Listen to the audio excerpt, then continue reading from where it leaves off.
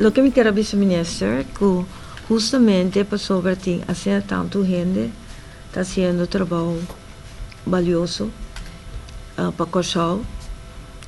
Está muito importante se nós por ter vista de tour e persona aqui.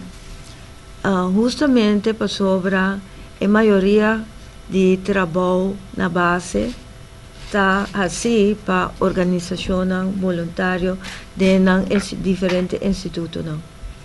Door que nós pues quem é quantidade de gente que está trabalhando e agora nós por ter mais cooperação e nós por fazer step mais importante delante.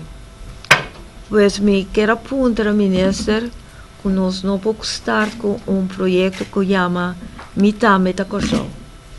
E Mita Corsol está toda a gente que está fazendo trabalho valioso, que está vendo data bank, então de tal maneira que nós que está trabalhando na base também podemos insight de assim acercar mais gente para o trabalho não vai estar mais adiante com agora aqui. Então, me espero que nessa por tu